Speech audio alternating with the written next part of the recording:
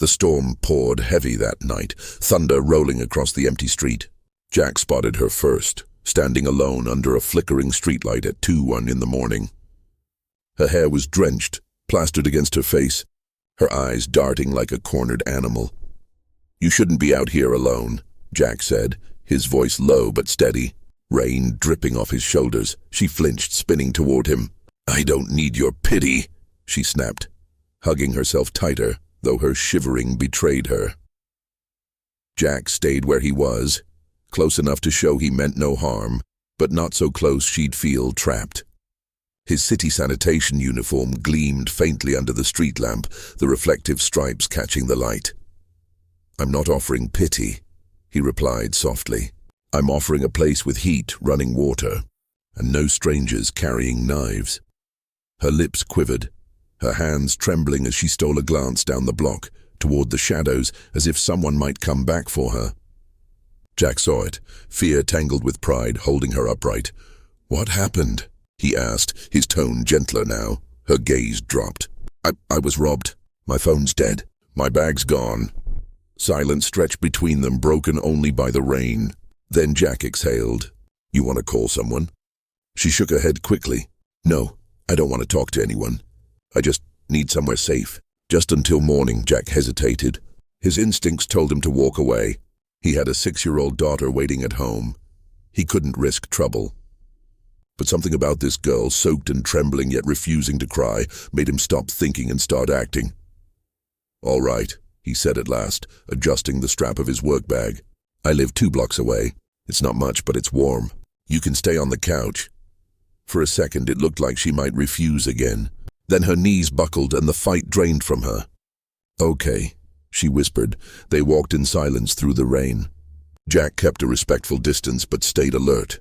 When they reached his small duplex, he unlocked the door carefully and stepped aside. Inside was dim but tidy. Children's books lined a shelf. A tiny pink backpack sat by the door. It wasn't much, but it was home.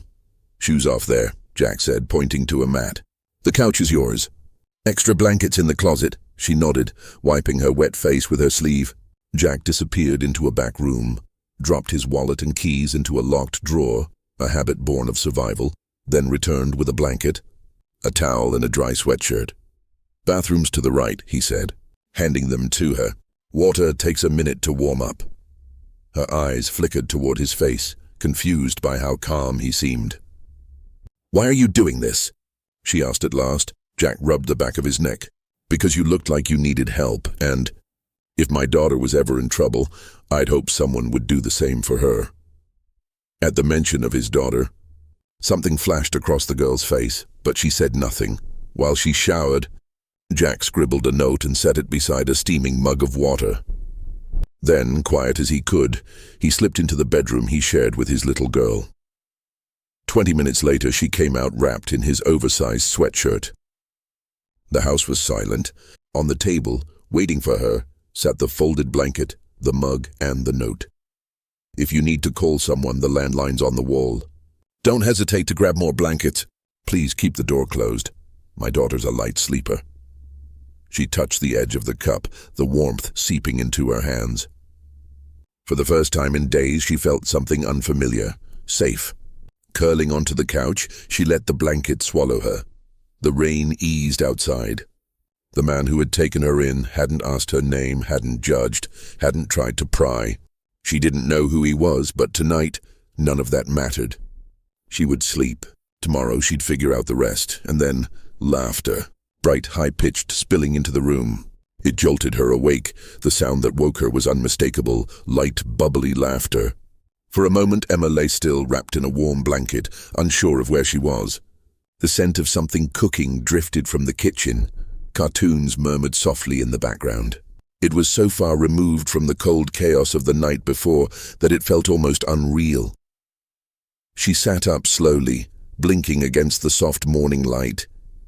Across the living room, a little girl sat cross-legged on the carpet, curls bouncing as she stacked plastic blocks into a teetering tower. Her giggles filled the room, bright and unguarded. "Good morning," Emma rasped, her voice barely above a whisper. The girl's head shot up, her eyes shining with curiosity. Then her face lit into a wide grin. "Hi, you're the princess who slept on our couch," she announced proudly. Emma blinked in surprise. "Excuse me?" "My name's Lily," the girl said, puffing her chest a little. "Daddy said a nice lady stayed over because she was cold and rained on." "That's you." For the first time in days, Emma chuckled. "I guess that is me." "Nice to meet you, Lily." From the kitchen, a man's voice called out, warm and teasing. "Lily, breakfast duty. Come help me burn the toast." With a squeal, Lily scrambled up and darted away. Emma stretched stiffly, her body still sore from the lumpy couch. Then followed the sound of clattering pans. In the small kitchen, Jack was cracking eggs into a bowl with one hand while stirring something in a pan with the other. "You cook?" Emma asked, not sure if it was surprise or admiration coloring her tone. Jack glanced over, a faint smile tugging at his lips. "Only if Lily's brave enough to eat it. You want to help?" Emma hesitated, then nodded. "I can try. Though I should warn you, I'm not exactly domestic." Jack handed her a whisk. "Neither am I. That's why we burn so much toast around here." The laugh that slipped from Emma's throat startled even her. Still, she joined him, moving awkwardly through the small space. Lily perched on a stool, cheerfully smearing too much butter on bread while Emma tried to flip scrambled eggs. It ended in disaster. The spatula slipped, the bowl tipped, and eggs splattered across the counter and floor. Emma gasped, mortified. "Oh no!" Before she could grab a towel, Lily handed her a paper one with a grin. "It's okay. Daddy spills stuff all the time." For a beat, Emma just stared at the little girl, then burst into genuine laughter, the kind that left her shoulders shaking. Jack said nothing, only smiled quietly as he salvaged the rest of the eggs. When breakfast was served, Emma looked nervously at Jack's plate. The eggs were overcooked, the toast charred, the bacon oddly chewy. Still, Jack ate every bite. "This is great," he said with a straight face. "You don't have to lie," Emma muttered, raising an eyebrow. "I'm not lying," Jack said evenly. "It's edible. That counts." Emma caught Lily chewing dutifully, clearly less convinced. She tried not to laugh. After the meal, Jack collected the dishes. "You two relax. I've got this." Emma offered to help, but he waved her off. From the couch, she noticed him sneak another plate, fresh scrambled eggs and golden toast from the oven, setting it quietly in front of Lily. He thought she hadn't seen. She said nothing. Later, while helping Lily build a Lego house, the little girl leaned in conspiratorially. "The eggs Daddy made after were better, but it's okay. He still ate yours." Emma's brows shot up. "He made more." Lily nodded quickly. "But he told me not to tell." "Oops." Suppressing a smile, Emma got up and leaned against the kitchen doorway. Jack looked up, caught mid-bite of his second plate. "So I burned breakfast," she said, crossing her arms. He shrugged sheepishly. "You cooked breakfast. That's what matters. Why not just tell me?" She pressed. Jack set his fork down. "Because the first time doing anything is messy. Sometimes you just need someone willing to eat it anyway." Emma studied him for a long moment, something shifting in her chest. He was different, honest, patient, kind in a way that didn't feel staged. "You said something last night," she murmured, "about hoping someone would help your daughter if she ever needed it. You're a good father, Jack."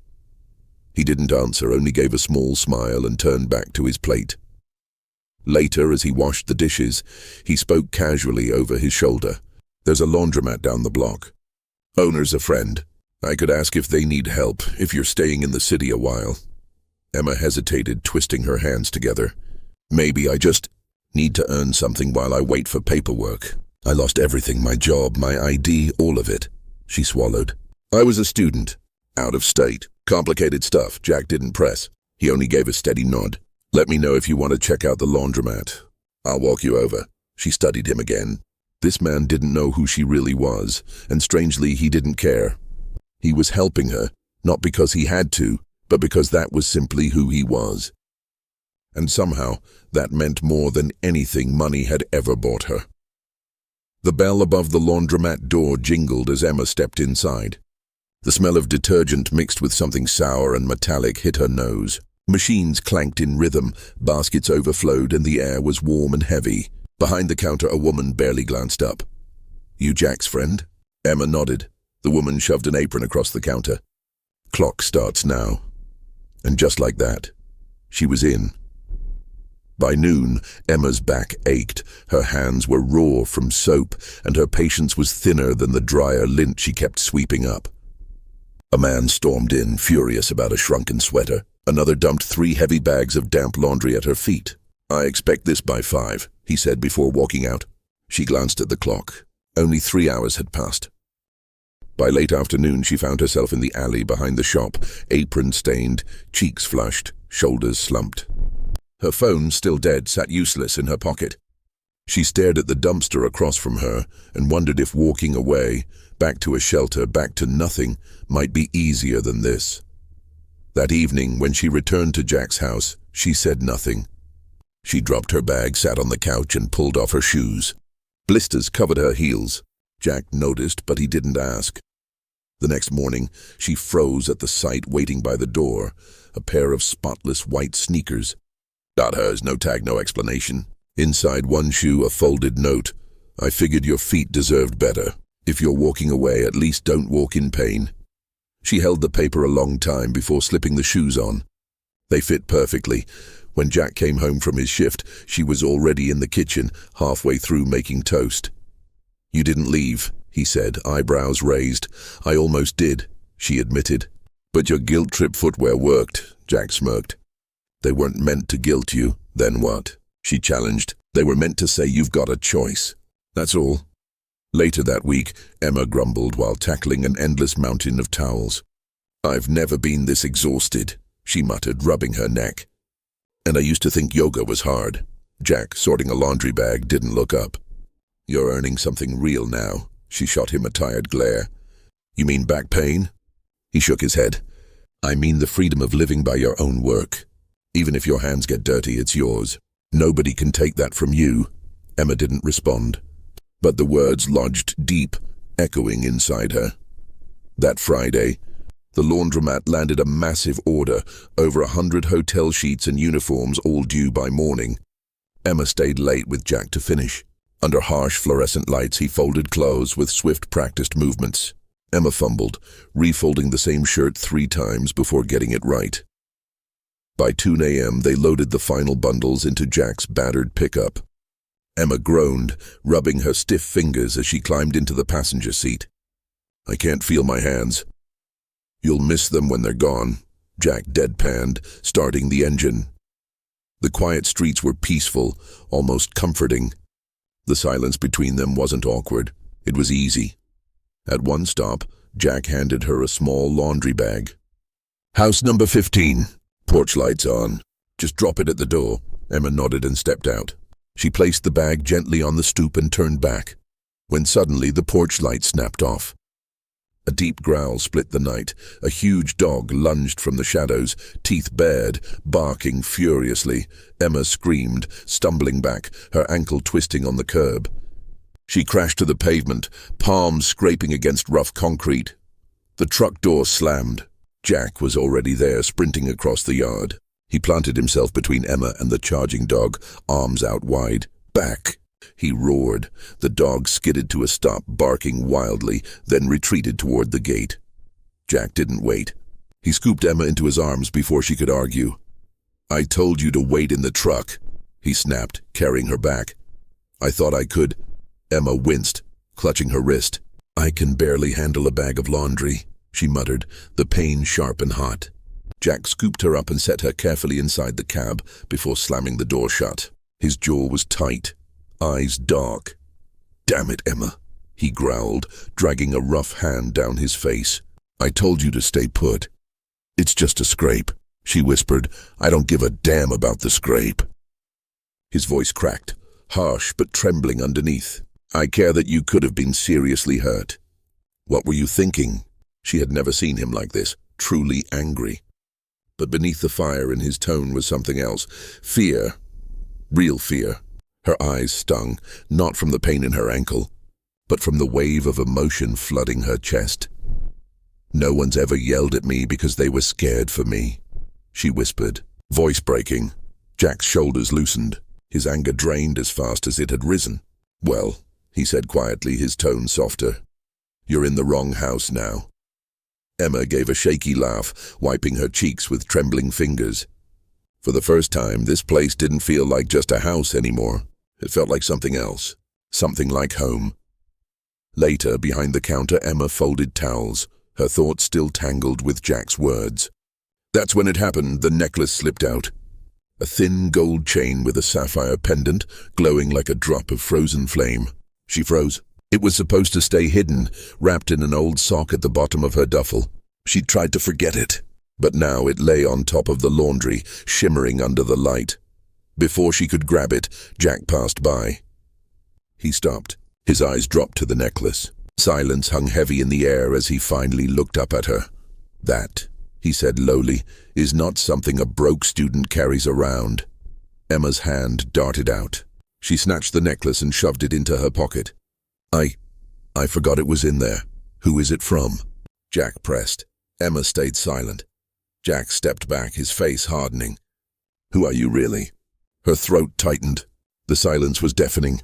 Then, barely above a whisper, she said, "I'm someone who walked away from a world where everything has a price, except love. That's all you need to know." He stared at her. "You lied to me." "I didn't lie," she shot back. "I left things out." "That's the same damn thing," he said, voice low, sharp as a blade. Emma's lips trembled. Her hands shook as she turned away. "Do you know what it's like to be watched every second of your life? To be told who to love, where to go, what to become?" "No," Jack said after a pause, "but I know what it's like to be honest with someone who isn't." The hum of the machines filled the silence between them. Emma's eyes burned, but she forced back the tears. Then the door swung open. A man in a leather jacket and ball cap strode in, holding up a phone. His gaze locked on Emma. "There she is," he muttered, snapping a photo. Emma's chest went tight, her breath catching. "You've been missing 5 days, sweetheart. Daddy's offering 6 figures to know where you're hiding." Jack stepped forward. "Hey, get the hell out of here," the man smirked. "Relax, I'm just doing my job." He snapped another picture. Panic surged in Emma's veins. Jack didn't hesitate. He grabbed her arm. "Go now." They bolted out the back door. Emma's lungs burned as they sprinted for his truck.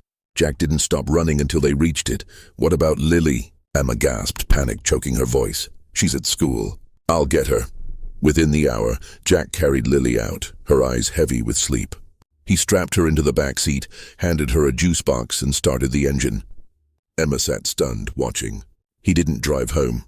Instead, he turned into the driveway next door. Mrs. Ramirez opened the door before Jack could even knock. Her lined face was calm, her eyes steady. "Come in, mijo.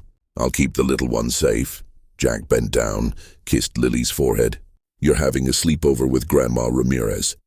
"Okay," Lily nodded, sipping her juice. "Okay, Daddy." Jack straightened, exhaled hard, then turned to Emma. "Let's go." They drove out of town in tense silence. Emma glanced at him, guilt twisting inside her. His hand gripped the wheel, the other flexing on his thigh. She noticed then his sleeve was torn, blood trickling. "Your arm," she gasped. "What happened?"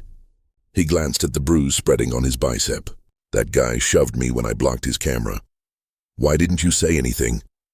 Emma whispered. Jack shrugged, brushing it off. "As long as you and Lily are safe, I can handle a bruise." Her throat tightened. In that moment, she realized the truth. Jack hadn't protected her because of who she was. He'd done it because of who he was. They drove back just after sunset. Jack parked a block away, scanning the street with sharp eyes. Emma sat beside him, her stomach coiled with dread. Something was off. The porch light was out. Jack motioned for her to stay put, but she had already cracked the door open. "It's okay," she whispered, forcing her shaking voice steady. "If someone's come, I need to face it." Together, they walked toward the house. That's when they saw it, sleek and dark beneath the street lamp. A black town car idled in the driveway. 2 men in suits flanked the porch, stone-faced, while the front door gaped open. Jack's instincts kicked in. He stepped in front of Emma protectively just as a third figure emerged. An older man, tall, silver hair gleaming, presence heavy as thunder. His eyes cut sharp as steel. "Emma," he said, his voice cold. "Get in the car." Emma froze. Jack didn't. "You her father?" he asked evenly. I am Winston Harrington, the man replied, gaze raking over Jack with disdain. You're the one who's been hiding my daughter. I'm the man who gave her a couch when she had nowhere else to go. Jack shot back. Winston's lip curled. This place, this life, it's beneath her. You can't honestly think she belongs here. She made that decision, Jack said, voice hard. You can't keep her here. I'm not keeping anyone, Jack snapped. But I'm not handing her over like she's some briefcase either. Winston's eyes narrowed to slits. You don't know who she is. I don't care who she is, Jack fired back. I know what kind of person she is. And I know she's safe here. Emma's hands shook, but she stepped between them. Dad, stop! Winston gestured to his men. His tone was final. Come home. This is home, Emma whispered. No, he said sharply. This is where you ran, not where you belong. Jack turned to her. You don't have to go. But Emma's eyes were already wet, locked on the car. I think I do. No one's forcing you, Jack said firmly. Yes, they are, she whispered, her voice breaking. Just not with words, he understood. The weight wasn't in their hands. It was in the life she'd fled, now pulling her back like chains. She stepped away from him, slowly, painfully, as if afraid to look back. Jack didn't move. Couldn't. The bodyguard held the door open. Winston said nothing. His job was done. Emma paused at the curb, her back still to Jack. I'm sorry, she whispered. Jack didn't answer. His chest heaved, but no sound came. The door shut with a hollow thud. The car pulled away, taillights bleeding red into the night until they vanished. Jack stood on the porch, fists clenched, jaw tight. The house behind him was dark, empty in a way it hadn't been for weeks. He turned off the porch light and closed the door. The days after were heavy, too quiet. Jack went through the motions, clocking into night shifts, sweeping lonely city blocks, stumbling home before sunrise. His eyes dulled. His hands moved mechanically, packing Lily's lunch, brushing her hair, walking her to the bus. He hadn't told her why Emma was gone. Only that sometimes people had to leave, and it wasn't because they didn't care. Lily didn't ask much, but she stopped humming when she played. She started sleeping with the lights on. On the fourth day, the cough began. At first, Jack brushed it off. Seasonal, he told himself. But then came the fever, the chills, the trembling that wouldn't stop even under 3 blankets. By midnight, her skin burned hot as fire. Jack's heart pounded as he carried her to the truck, his keys rattling in his shaking hands. The hospital's fluorescent lights were too bright, too harsh. A nurse whisked Lily into triage while Jack paced, chest heaving, waiting for someone to call his name. Finally, a woman appeared at the desk. Her words sliced through him. We need a $6,000 deposit for admission. Jack froze, then reached for his wallet. He already knew. He opened it anyway. Inside was a little over 100. All he had. Can I pay part now? How? Jack asked desperately.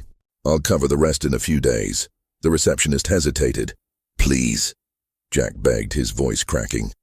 She's 6 years old. He was still pleading when a calm but firm voice cut through the hallway. I've got it. Jack spun around. Emma stood there, coat draped over her arm, hair damp from the rain. She didn't pause, didn't explain. She stepped up to the counter and slid her card across. Put everything under my name, she said. Room fees, meds, tests, everything, the nurse typed quickly. Do you have a relationship with the patient? Emma glanced at Jack, then answered firmly. Yes, I do. Jack stood frozen as Lily was rushed into a room.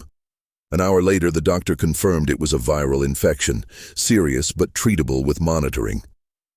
Jack sat beside his daughter's bed, elbows braced on his knees, head buried in his hands. Emma slipped in quietly. He didn't look up until her shadow fell across him. You didn't have to do that, he murmured. I know, she replied softly, settling into the chair next to him. His voice trembled. I'm sorry. You shouldn't have been dragged into this. Emma looked at Lily's flushed, fevered face. You didn't drag me in, Jack. I came back. He nodded slowly, then whispered, thick with emotion he couldn't hide. I know you don't owe me anything. But thank you for coming back. Emma leaned back, staring up at the ceiling. You told me once everyone deserves to walk without pain, she said quietly. That goes for hearts, too. Silence hung between them, broken only by the soft beeping of monitors. For the first time in days, Jack let out a full breath, not just because Lily was safe, but because Emma was here. Later, Emma's heels clicked softly against the marble of her father's penthouse hallway. Towering glass windows stretched to the ceiling, framing a glittering skyline, but she didn't glance at the view. Winston Harrington sat at the head of a gleaming glass table, newspaper in hand. He didn't look up. I figured you'd be back once the dust settled, he said coolly. I didn't come back, Emma replied, her voice steady. I came to talk. He folded the paper with exaggerated calm. You're living in denial, running around playing house with a man who scrubs floors to pay his bills. Emma's arms crossed. That man saved me. From what? He scoffed. A little discomfort? You had everything, future, security, legacy, and you threw it away. I didn't throw it away, Emma said, stepping closer. I walked away. There's a difference. Winston rose, his presence filling the room. You gave it all up to hide in a shoebox with a janitor. Emma's voice didn't waver. He's not a janitor. He's a father. A man who shows up for his daughter every single day. A man who taught me more about strength in 3 weeks than you did in 30 years. His eyes narrowed. So you'll choose him over me? I'm choosing my life. My voice, she said firmly. And yes, him. The man who lives by his hands and his heart. Winston's lips tightened. You love him? Emma met his gaze without flinching. I do. He exhaled sharply as if the word itself cut him. He can't give you anything. Emma's smile was soft but unshakable. He gives me everything that matters. Winston paced toward the window. This isn't a fairy tale. Real life is sacrifice, struggle. Love doesn't keep the heat on. Emma's eyes followed him unwavering. Maybe not, but it keeps people warm. Something flickered in his expression. Vulnerability, quickly buried. You think he can protect you? Provide for you? He already has, she answered. Not with money, with dignity, with truth. The silence that followed was thick, heavy. Finally, Winston poured himself a drink. His voice was low. I never meant to be the villain. I know, Emma said gently. You just forgot how to be a person. His shoulders sagged. He muttered, almost to himself, he has something I don't. Emma tilted her head. A daughter who loves him for who he is? His eyes shot to hers, sharp and wounded. She didn't look away. I'm going back, she said finally. To him, to the life I chose. And this time I'm not running. I'm walking toward it. Winston didn't move to stop her, and Emma walked out, leaving the skyline glittering behind her. He didn't say sorry. He didn't try to stop her. But just as Emma's hand touched the door, Winston's voice broke the silence. Tell him. He paused, his voice unsteady. Tell him he's lucky. Emma turned back, her eyes soft but steady. No, she whispered. I'm the lucky one. And then she stepped into the rain, into the noise of the waking city, into her real life. She didn't look back. The knock came just after sunrise. Jack was in the kitchen, flipping dinosaur-shaped pancakes, Lily's favorite. He wiped his hands on a towel, expecting the mailman or Mrs. Ramirez dropping off tamales. But when he opened the door, his heart stalled. Emma stood there. Her hair was pulled into a messy bun, her jacket damp with morning dew. In her hands was a small brown bag. For Lily, she said softly. Blueberry muffins. The real kind. No preservatives. Jack's throat tightened. He didn't answer. I'm not here to stay the night, she added quickly, steady but trembling inside. I'm here to stay, if you'll have me. He searched her face for hesitation. There was none. We're not rich, he said hoarsely. Emma stepped closer, her voice breaking but certain. I've had everything, Jack. Money, travel, luxury. But I never had a kitchen where someone made dinosaur pancakes. I never had a house that felt like it loved me back. Jack stared at her, every sleepless night, every unspoken word pressing against his chest. She whispered again, this house is small, but it's enough. It's full of heart. His eyes softened. We don't have much, her voice gentled. I had everything. I just didn't have a family. A tiny voice broke the silence. Emma? They turned. Lily stood in the doorway, rubbing sleep from her eyes.